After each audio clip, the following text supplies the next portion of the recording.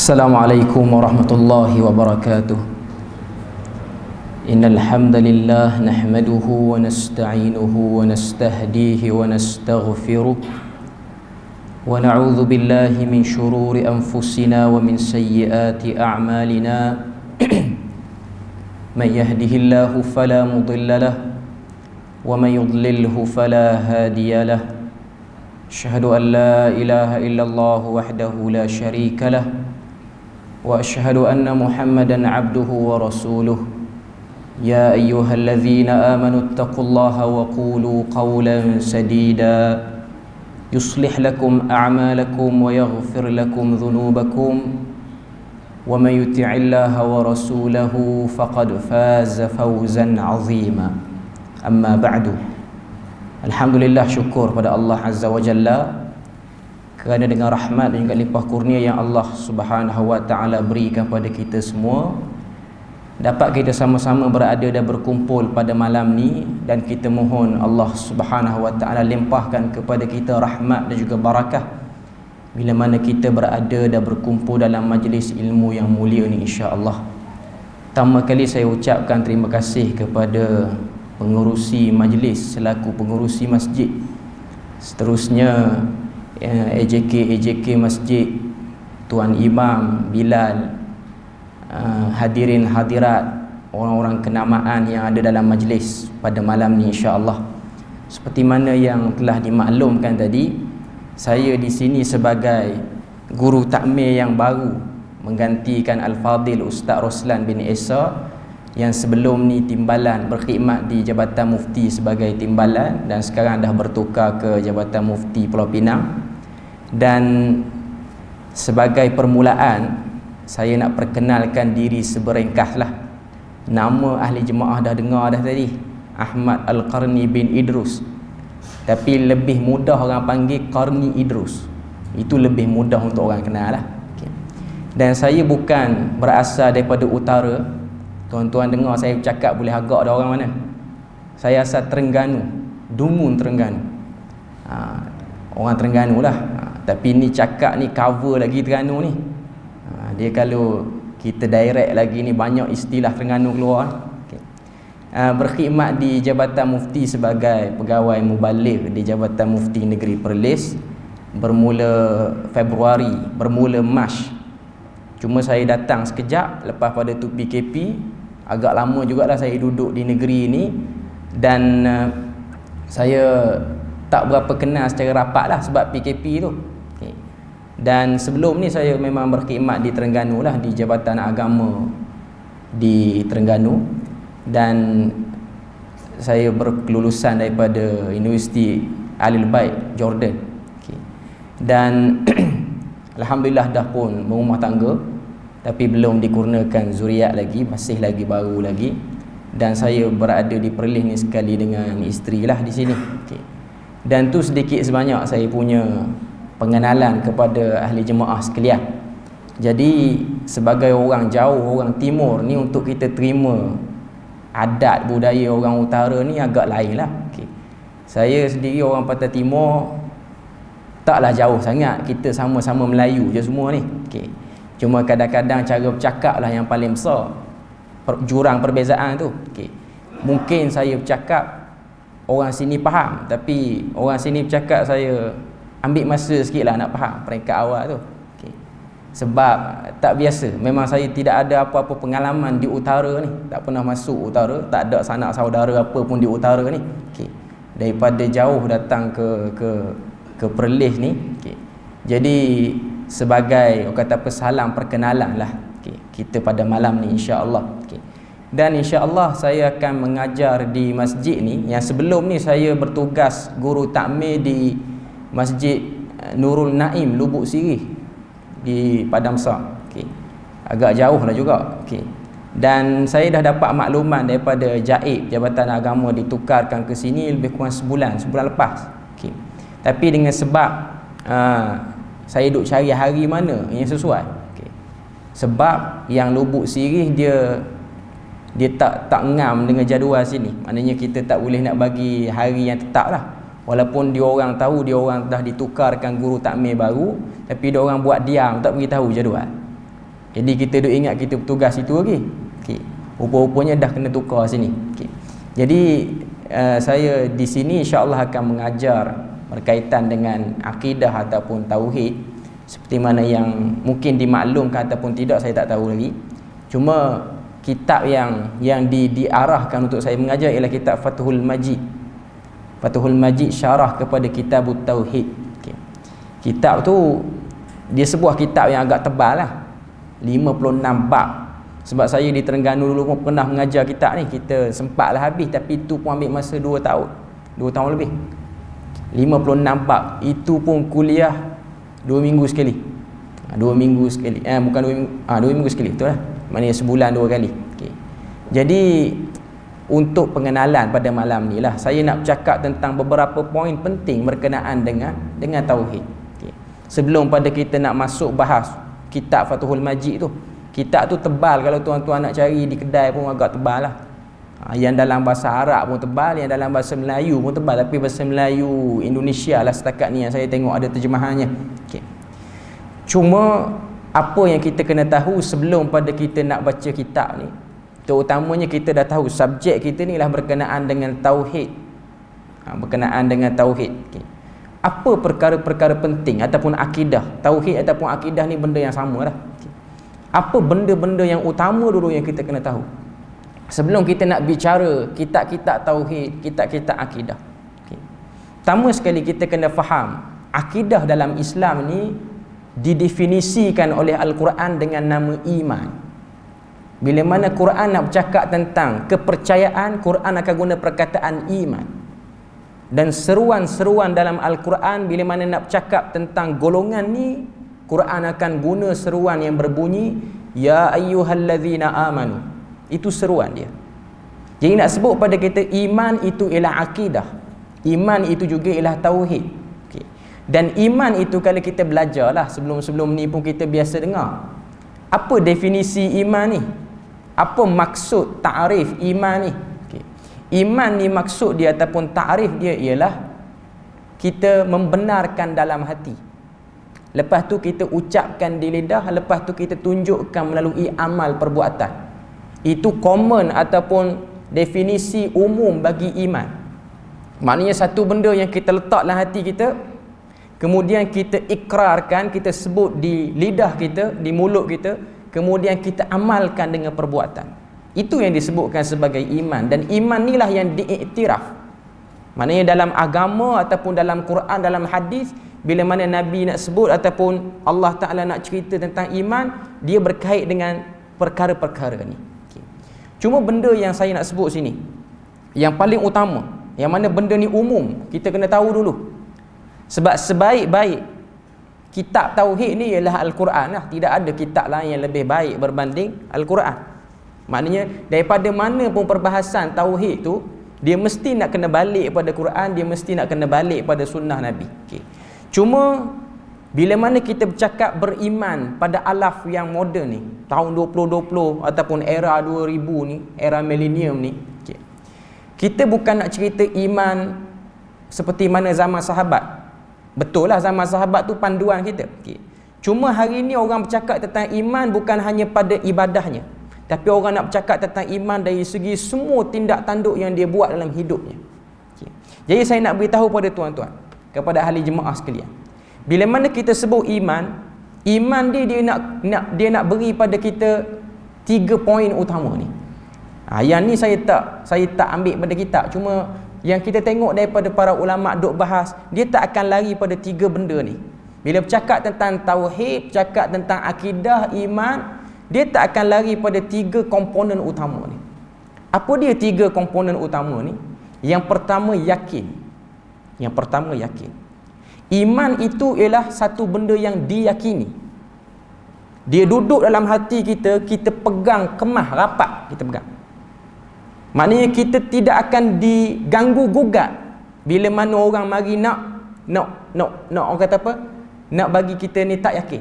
Dia nak keluar Terengganu juga macam mana pun. Okey, tu yang payah nak keluar tu, maknanya orang Terengganu kata tak gogeh dah. Maknanya iman tu. Maknanya satu benda yang ada dalam hati kita ni, orang datanglah macam mana pun orang beritahu, kita tak akan terkesan. Contoh, saya nak beri contoh mudah pada tuan-tuan. Tuan-tuan beriman selepas daripada hari Jumaat mesti hari Sabtu. Tiba-tiba datang satu orang beritahu pada tuan-tuan, tak, hari Jumaat, lepas Jumaat mesti hari Senin. Kita nak percaya tak pada dia? Kita tak percaya sebab kita keluar pada perut mak kita pun, orang duk beritahu lepas pada hari Jumaat ni, hari Jumaat, esoknya hari Sabtu. Orang marilah nak beritahu pada kita macam-macam hujah. Tak, minggu ni tak jadi hari Sabtu. Dia lepas Jumaat mesti Isnin. Tak, kita tak percaya. Iman kita dah mantap mengatakan esok mesti Sabtu, tidak akan jadi dah hari lain. Saya nak sebut pada tuan-tuan, keyakinan. Iman ini ialah benda yang berkait dengan yakin.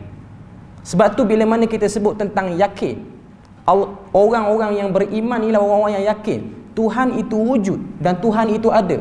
Datanglah 1000 hujah, datanglah orang yang hebat tara mana pun beritahu pada kita Tuhan tak wujud, kita tak percaya. Sebab kita telah meletakkan keyakinan pada perkara itu. Maknanya kalau orang beritahu pada kita gula ni sebenarnya dia masin, kita tak percaya. Umum kita faham gula tu manis, walaupun kita tak rasa lagi, tapi maklumat itu kita telah pegang dengan kuat. Sebab tu akidah didefinisikan sebagai simpulan. Sebab tu bila mana Quran dia sebut tentang akidah, dia sebut tentang urwatil wuthqa, maksudnya lah simpulan yang kuat, tak akan lagi berganjau orang tu bila mana dia ada benda ni. Itu komponen pertama. Komponen yang kedua berkaitan dengan iman ni ialah harapan.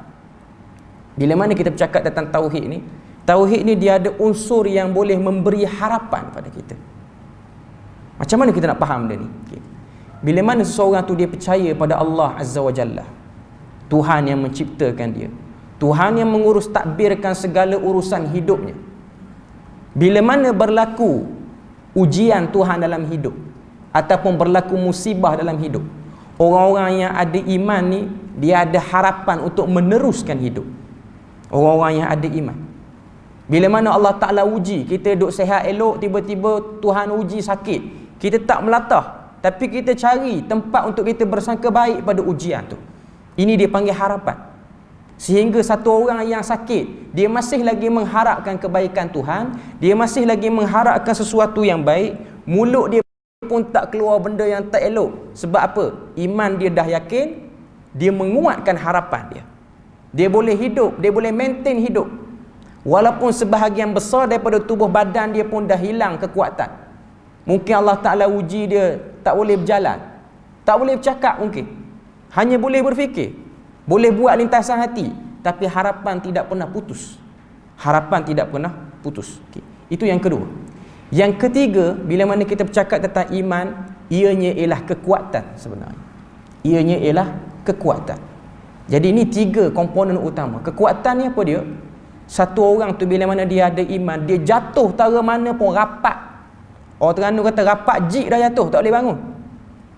Umum akal, logik kata orang macam ni kalau kena, dia mesti tak boleh bangun. Tapi dia ada kekuatan sebab dia ada iman.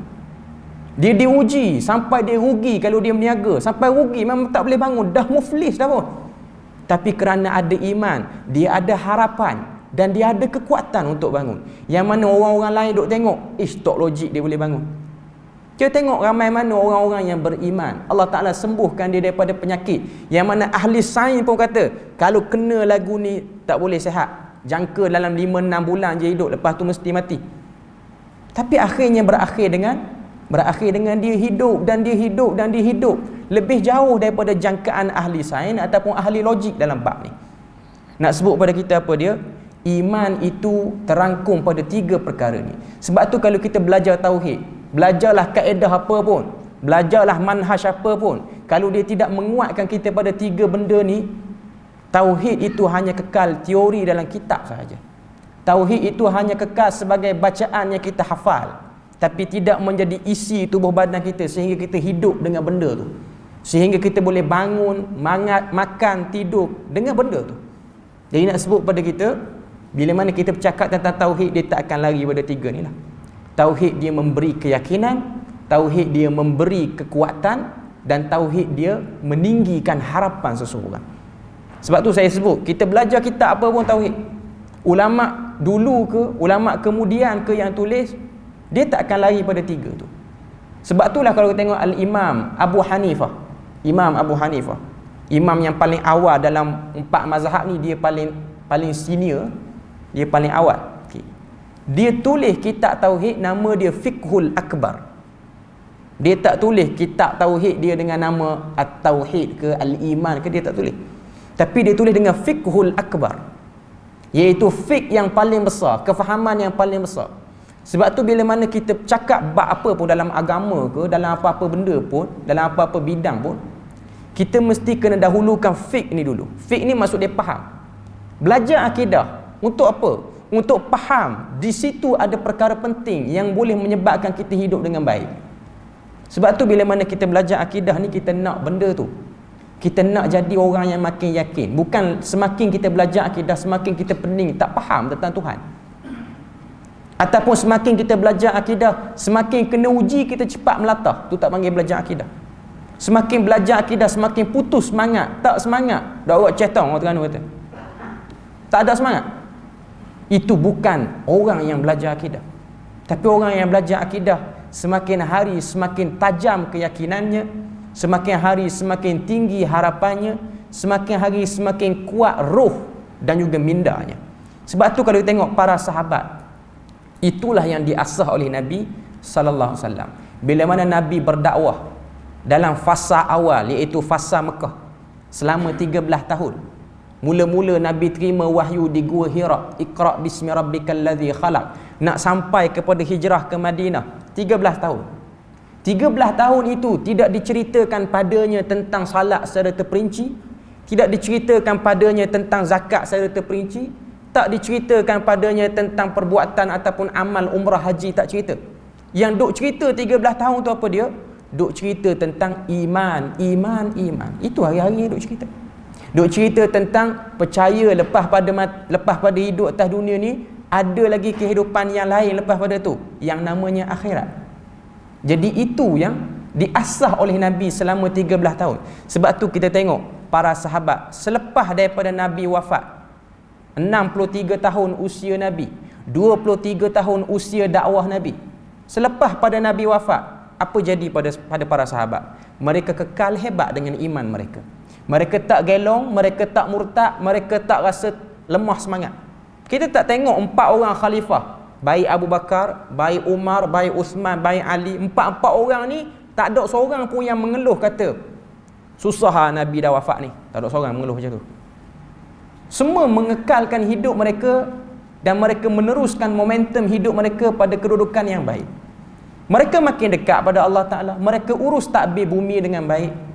Bahkan kita tengok sebahagian mereka telah meluaskan agama ni lebih daripada zaman Nabi hidup. Terutamanya Umar Al-Khattab, sehingga jatuh 2 kuasa besar dunia, Rom dan Parsi. Walaupun Nabi tidak ada pada waktu tu.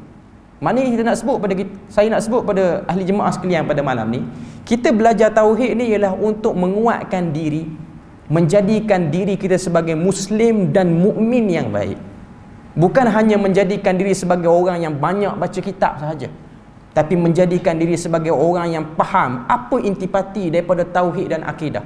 Bila mana Tuhan sebut, jangan kamu bercerai daripada simpulan yang kuat, urwatil wuthqa, Quran sebut perkataan tu. Jangan lari, pegang kemah dengan benda tu. Quran nak sebut pada kita tentang pegangan hidup. Sebab tu kalau tengok hari ni umat Islam hari ni, ataupun manusia umumnya hari ni, antara benda yang kita boleh tengok sebahagian orang dia jadi bosan beragama. Apa sebab? Sebab dia tak faham misi agama tu apa. Kenapa Tuhan datangkan Nabi, Tuhan datangkan risalah, Tuhan hantar Nabi dan Rasul atas muka dunia ni. Hantar pula sebahagian Nabi dan Rasul ni ada kitabnya, ada suhufnya. Tujuannya nak jadikan kita ni sebagai manusia yang berprinsip dan berpedoman. Sebab tu kau tengok sebahagian sahabat Nabi, mereka ada yang tak pandai menulis, tak pandai baca. Tapi walaupun tak pandai menulis, tak pandai baca, mereka boleh menyebabkan diri mereka tercalon sebagai ahli syurga. Walaupun tak pandai menulis, tak pandai baca, mereka jadi hebat. Kita tengok sahabat Nabi ada sebahagiannya macam Abu Hurairah, tak pandai menulis, tak pandai baca, hafal hadis Nabi banyak, tapi tak pandai menulis, tak pandai baca, menyebabkan dia dapat kedudukan, keistimewaan. Kalau kita tengok 10 orang sahabat Nabi yang dijamin syurga tu, bermula pada Abu Bakar sampailah kepada Abdul Rahman bin Auf, kalau kita bilang satu-satu, berapa daripada kalangan mereka daripada kalangan yang berpendidikan tinggi? Tak ramai pun. Saya sebut sini pendidikan tinggi maksudnya orang tu pandai menulis, pandai baca, belajar banyak bahasa, pandai bercakap banyak dialek. Tak ramai pun. Lebih pada separuh mereka itu kekal sebagai seorang yang buta huruf, dan mereka bukan orang yang pandai menulis, pandai baca. Saya bukan nak kempen jangan belajar. Saya nak beritahu pada tuan-tuan hari ini, iman itu ialah satu benda yang kita kena jelas. Belajar kena belajarlah. Quran suruh kita belajar, Nabi pun suruh kita belajar. Okay. Nak beritahu pada kita, bila mana kita mengejar banyak benda yang kita kejar atas dunia ni, kadang-kadang kita terlupa pada misi utama ini. Sebab tu kalau kita tengok pun sebahagian kita bila mana sebut tentang akidah, ada orang dia tak berapa minat kelas akidah, sebab dia nampak kelas akidah ni dia bersifat terlalu tua, terlalu tradisional, terlalu cakap benda yang klise, syurga, neraka, Nabi, Rasul. Akidah tidak bercakap tentang keadaan manusia hari ini. Kelas akidah tak bercakap benda tu. Sebab tu ada orang dia minat pergi kelas baca Quran ataupun kelas fiqh sebab dia nampak perbahasan dalam tu menarik, tapi kelas akidah agak kurang. Saya ingat saya belajar di universiti dulu. Saya daripada ijazah sarjana Usuluddin. Usuluddin ni fokus kita akidah, tafsir dan juga hadis. Itu main subjek utama bagi orang ambil Usuluddin. Tak ramai orang ambil Usuluddin sebab orang nampak kita akan belajar dalam bab akidah ni benda-benda yang perbandingan akidah apa semua. Hakikatnya akidah ni ialah membahaskan tentang diri Tuhan yang esa. Diri Tuhan yang esa. Sebab tu Quran Allah Ta'ala sebut Qul huwallahu ahad. Itu asas akidah orang Islam. Katakanlah Tuhan itu esa. Dia tak sebut wahid, dia sebut ahad. Ahad bahasa Melayu akan terjemah esa. Esa ni maksudnya tidak akan menerima pasangan. Dia kekal tunggal sampai bila-bila.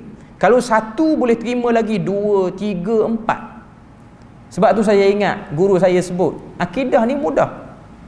Kita belajar tentang Tuhan yang esa. Sebut pun mudah, esa. Kalau orang Terengganu sebut satu. Lidah pun tak terbelik nak sebut. Hakikatnya kadang-kadang programming orang punya mentaliti bagi nampak akidah tu susah. Tapi hakikatnya pengajian akidah adalah pengajian yang menarik, pengajian yang mudah, pengajian yang ringkas. Hanya nak meletakkan dalam hati kita Tuhan tu esa, jangan syirikkan dia, iktiraf dia sebagai pencipta kamu, dan jadikanlah dia sebagai tempat kamu bergantung harap mencari sumber kekuatan. Itulah Tuhan. Tapi hari ni sebab apa yang jadi nampak macam payah? Sebab kita tengok bercambahnya akidah ataupun ideologi yang berbagai-bagai atas dunia ni. Ada orang yang nak jadi etis. Etis ni maksudnya tak percaya kewujudan Tuhan. Dia hanya percaya karma, hukum karma. Buat baik dapat baik, buat jahat dapat jahat. Itu gelagat manusia atas dunia zaman sekarang. Okay. Dan di sana ada orang yang percaya Tuhan, tapi dia tak mahu terlibat dengan agama. Ini satu benda yang berlaku juga zaman kita ni. Ada orang dia percaya Tuhan tu wujud, tapi dia tidak mahu terlibat dengan mana-mana agama, walaupun agama tu cerita tentang Tuhan. Saya tak ingat istilah dia. Dia bukan etis, dia panggil apa, entah istilah dia. Okay. Cuma nak beritahu kepada kita, ada orang dan kalangan orang yang macam ni kalangan intelektual. Sebab apa jadi macam tu? Sebab dia telah menilai sesuatu tu daripada makhluk. Dia tidak menilai daripada Tuhan. Kalau kita tengok hujah orang yang macam ni, apa dia kata, tengok kenapa tak mahu masuk Islam. Islam agama politis, agama monoteism. Monoteism ni maksudnya satu Tuhan.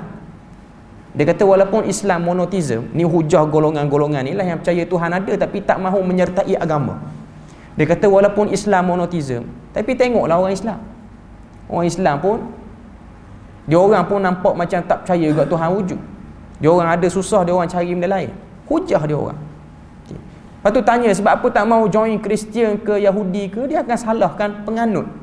Sebenarnya kita beragama bukan kita melihat pada penganut, tapi kita melihat kepada isi agama tu sendiri. Sebab tu Islam hari ni kalau nak cerita kehebatan orang Islam susah. Sebab orang Islam sudah tidak ada nama sehebat para sahabat dulu. Kita hanya menyimpan sejarah orang-orang yang hebat, tapi untuk membina balik tu susah. agak susah. Nasib baiklah ada para sahabat Nabi yang Allah Ta'ala muliakan. Mereka ni menjadi tokoh-tokoh yang kita boleh simpan buat hujah. Kalau orang tanya pada kita, ada tak contoh orang yang yakin pada Tuhan? Ada. Para sahabat cukup ramai. Yakinnya mereka dengan pertolongan Tuhan. Dan tak berubahnya mereka dengan dunia. Walaupun dunia sudah pun luas dan maju, mereka tak berubah. Sebab tu kalau tengok para sahabat yang menjadi khalifah, baik Abu Bakarnya, baik Umarnya, Uthman ke, Ali ke, mereka ini tidak berubah dengan dunia. Walaupun apa yang berlaku pada dunia itu mampu menaikkan dan menguntungkan kedudukan dia orang. Kita tengok macam mana Umar Al-Khattab meruntuhkan dua kuasa besar dunia. Tapi Umar kekal sebagai Umar yang pakaiannya biasa, makannya macam orang biasa, lagaknya pun, berkawannya pun dengan orang biasa. Sebab apa jadi macam tu? Sebab akidah.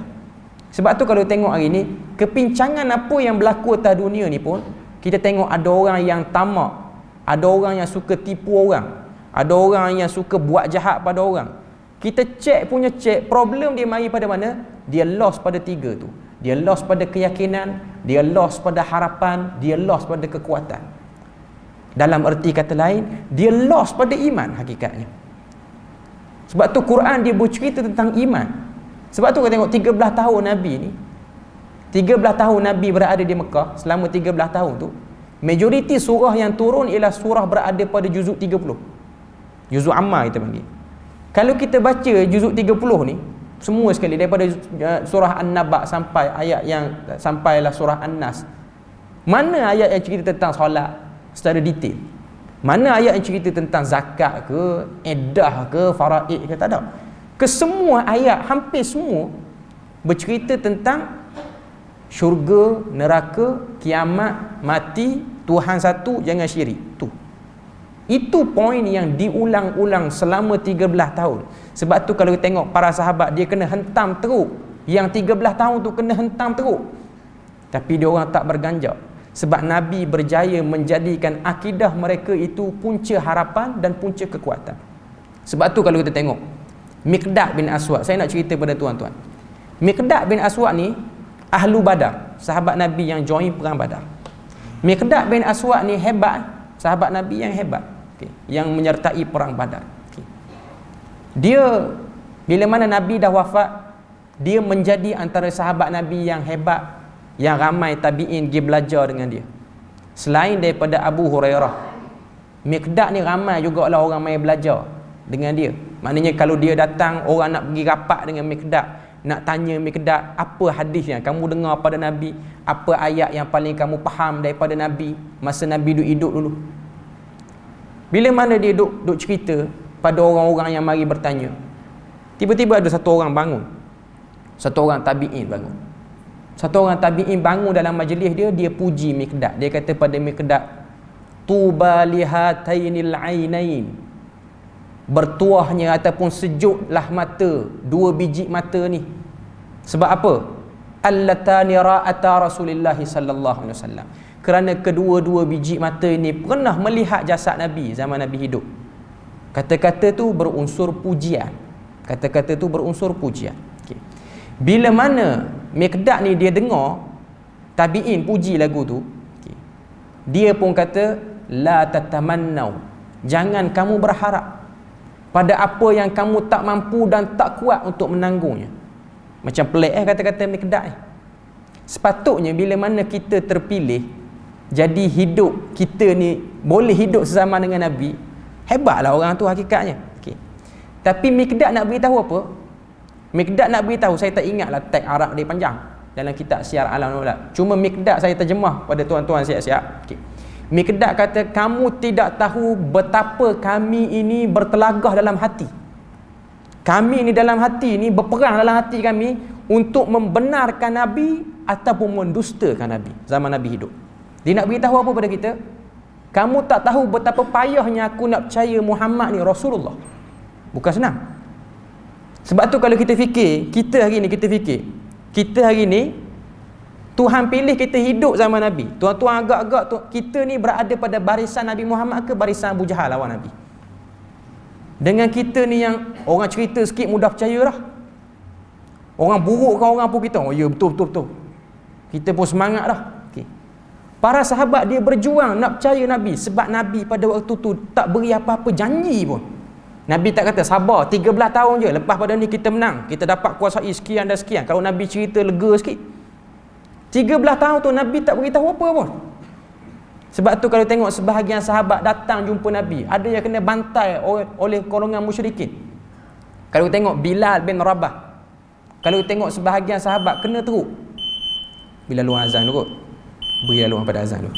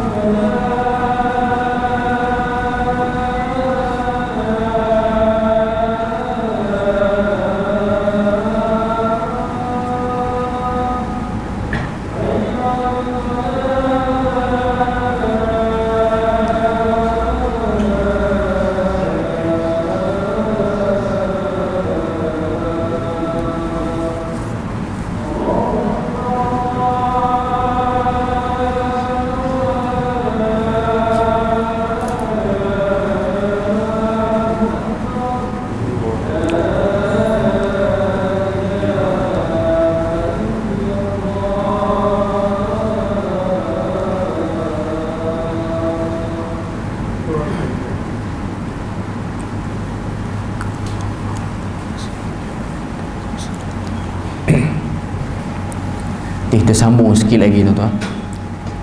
Kita tengok selama 13 tahun Nabi berada di Mekah, para sahabat yang digelar sebagai Al-Awwalin, mereka-mereka yang awal memeluk Islam, mereka telah berperang dalam hati mereka. Macam kata-kata Miqdad tadi, kami berperang dalam hati kami nak membenarkan Nabi Muhammad ataupun nak membenarkan orang yang lawan Nabi Muhammad. Sebab tu benda ni, saya setiap kali kalau baca kata-kata Miqdad ni, kita akan duduk seorang, kita terfikir, kita boleh banding nilai iman. Sebab tu Nabi kata, sedekah para sahabat satu mud. Satu mud ni satu tapak tangan ataupun satu cupok sedekah para sahabat, tak akan menyamai sedekah kita akhir zaman ni, walaupun kita sedekah apa yang ada atas bumi ataupun segala yang ada di bumi dan di langit, tak akan sama. Apa sebab Nabi sebut macam tu? Nabi puji Abu Bakar kalau dia sedekah tak akan sama dengan orang lain.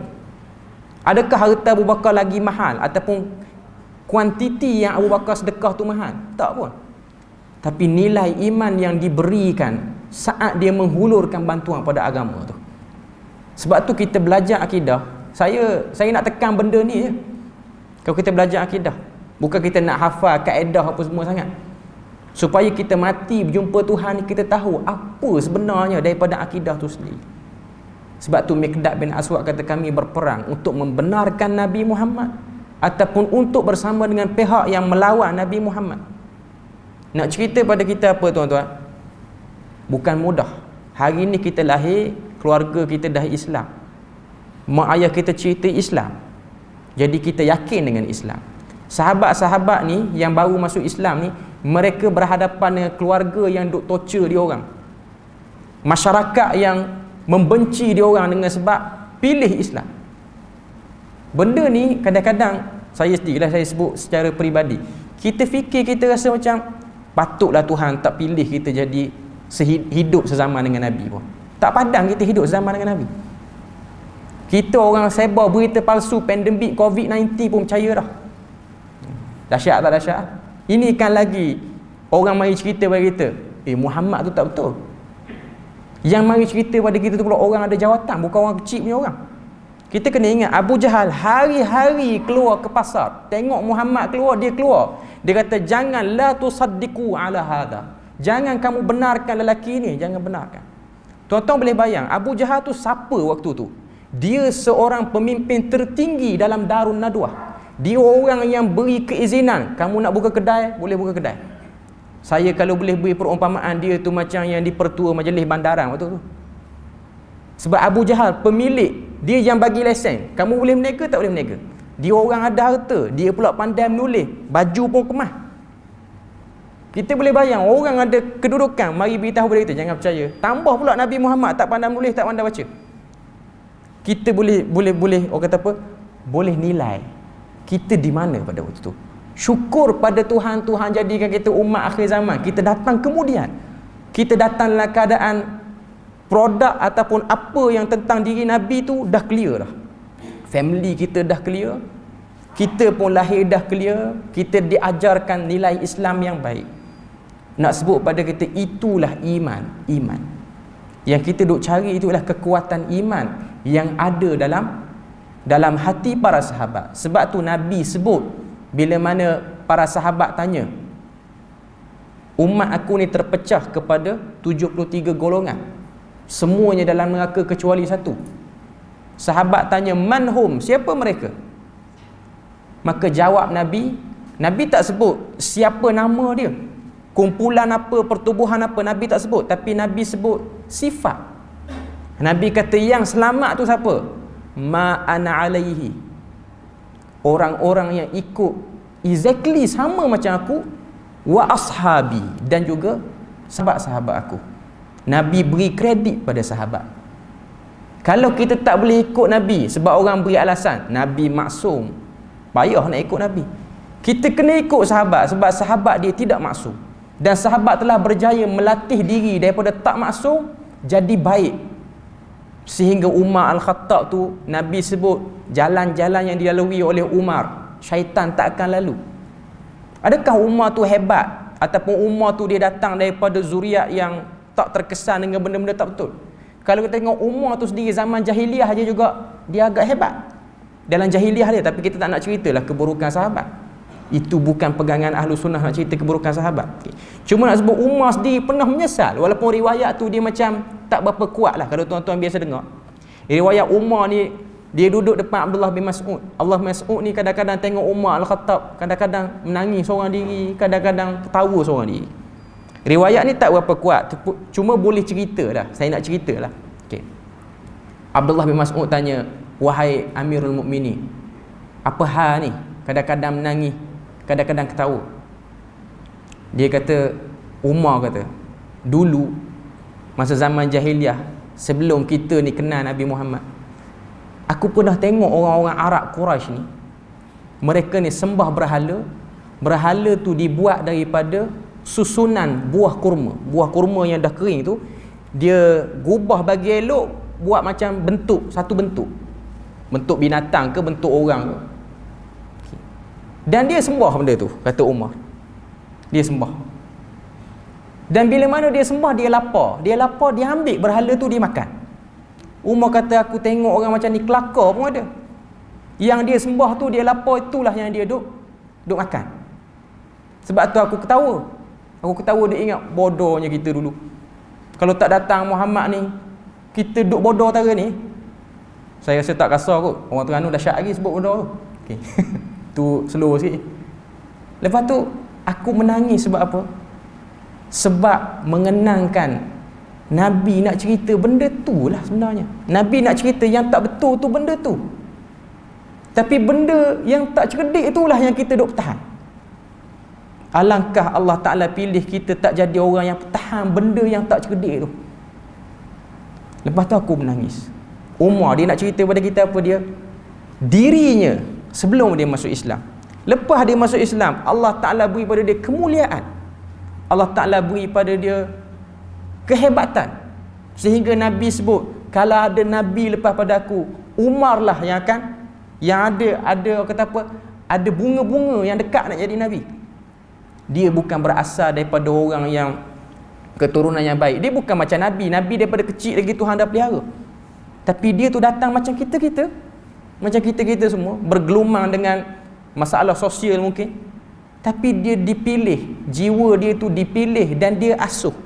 Sebab tu saya nak sebut pada tuan-tuan, iman ni dia benda yang kita boleh latih dalam diri. Memang betul lah hidayah tu Tuhan beri. Cuma nak beritahu pada kita, iman ni kalau bila mana dia dah masuk, kita boleh latih. Kita boleh bagi kuat dan bagi kuat. Jadi itulah yang kita boleh tengok daripada akidah tu sendiri. Bila mana kita cerita akidah, kita bercerita tentang bagaimana manusia tu daripada bawah dia nak naik bagi tinggi dekat dengan Tuhan. Dan akidah tak akan lari pada tiga itulah, iaitu keyakinan, harapan dan kekuatan. Jadi itulah sedikit sebanyak perkongsian saya pada malam ni sebagai salam perkenalan kepada tuan-tuan ahli jemaah sekalian. Dan insya-Allah minggu-minggu akan datang kita akan baca kitab Fathul Majid tu lah. Okay, saya tak wajibkan ahli jemaah untuk beli sebab saya pun tak nak syarah word by word. Saya tahu syarah word by word ni baik baca kat rumah. Okay. Kita nak tahu apa intipati pada benda tu. Cuma saya beritahu awal, kitab tu 56 bab. Saya mengajar di Terengganu 2 tahun. Ada sebahagian jemaah dah meninggal pun sebelum selesai kitab tu. Kalau saya tak cerita benda yang penting malam ni, nak tunggu habis kitab baru cerita, masalah. Dia nak benda ni dulu. Ini isi utama. Inilah biji-biji utama yang tuan-tuan kena fikir balik malam ni. Belajar akidah, kita apa pun nak kena faham benda ni. Adakah aku lepas pada belajar akidah ni aku yakin pada Tuhan, ataupun aku duk ada lagi bunga-bunga syirik dalam hati? Ataupun adakah aku lepas pada belajar akidah ni aku orang yang ada harapan tinggi, ataupun aku kuat jiwa aku? Kalau tak bertambah, kita belajarlah banyak mana pun tak ada manfaat. Tapi walaupun kita belajar sikit, macam para sahabat, ada yang wafat sebelum Quran turun sempurna pun. Ada sahabat yang meninggal, yang wafat Quran tak habis lagi turun, tapi dia orang telah menempatkan diri dia orang sebagai ahli syurga. Kita ini Quran turun habis dah, kalau tak jadi ahli syurga tak padan lah. Hakikatnya macam tu lah saya nak sebut. Okay. Sahabat ada yang mati Quran tak habis turun, dah jadi ahli syurga dah pun. Jadi setakat tu saja perkongsian pada malam ni. Semoga Allah Ta'ala beri rahmat dan berkat. Sekali lagi saya ucapkan terima kasih kepada ahli jemaah yang sudi mendengar. Subhanakallahumma wa bihamdik, asyhadu an la ilaha illa anta wa astaghfiruka wa atubu ilaik. Wassalamualaikum warahmatullahi wabarakatuh.